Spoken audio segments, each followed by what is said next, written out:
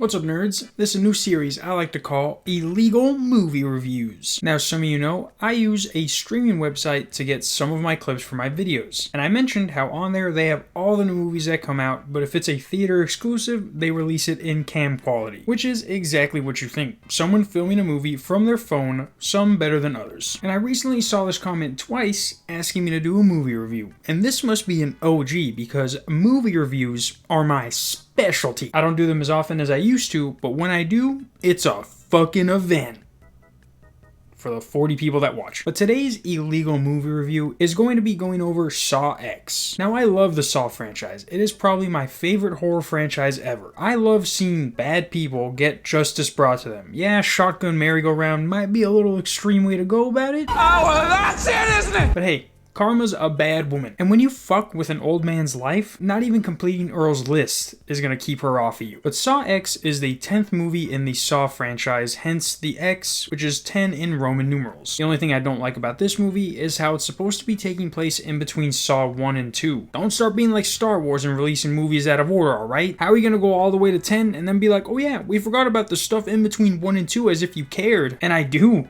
But next time, don't make it out of order. Now, before we get into this review, I will warn you, Slotlights.net is apparently fucking sponsoring this video because their logo is there the whole movie, along with the occasional yellow ad that's in another language. Also, the sound is, I'm not gonna lie, the sound is pretty scuffed. I meant no harm.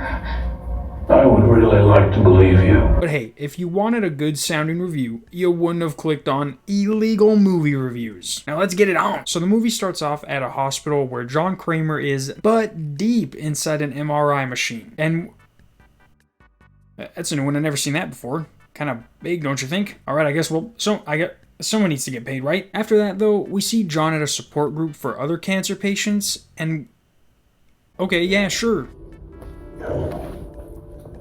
Is that LeBron and Neymar? Either way, John is having his own flashbacks of his time at the hospital, and when he sees a janitor stealing a patient's jewelry, he becomes his first victim in this eyeball vacuum trap. And basically for this trap, he needs to break all 5 fingers or else his eyeballs are gonna get sucked out of...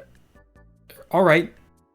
Okay, alright. Jesus Christ, a few more of these and I'm stopping the video. But when John comes back to reality, we notice that he didn't really put the janitor in the trap, but more so just fantasized about it like some BDSM freak. But he meets back up with a black guy from the support group earlier, and right away this guy's like, hey, you wanna see my fucking scars? And lifts up his shirt and he's like, yeah.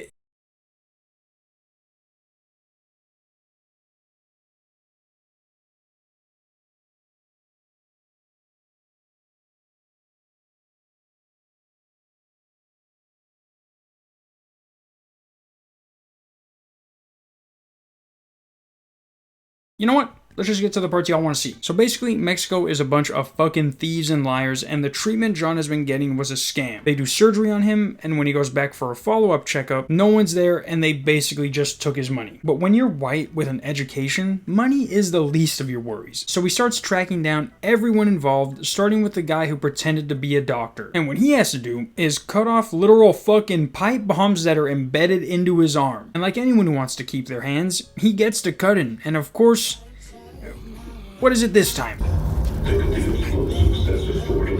Bro, what is this Lord of the Rings bullshit? It's in the middle of my screen. They didn't even pause the movie. Okay, so now John is tracking down the white lady who was the one who referred John to the clinic in Mexico. And this is where we get to see good old Amanda again. But this is why you don't wait 20 years to start filling in holes in your story. I get that aging is normal, but she does not look like she did. They give her this short haircut to coincide with how she looked in Saw 2, but that just makes her look older. Anyways, Amanda abducts the rest of the people that were involved with the scam, which includes the white lady and 3 other Mexicans, Mateo, Valentina, and Gabriela. And Valentina is up to bat first, and for her punishment, she needs to cut off her leg and suck enough bone marrow out to stop the saw from cutting off her head. Now, it goes without saying, she didn't make it. But that leaves us with 3 other people. And while John and Amanda are thinking about what to do, Celicia has the idea of getting Valentina's intestines and using them to drag a card over that has her phone on it. Fuck it. Alright, fuck it. A survey? No, I'm not a male or female. Fuck off. Oh great, I don't want to know what she has keistered. What is this? A virus from the fucking 90s? I want a MacBook. And they still haven't stopped the movie. What the fuck? Family Guy?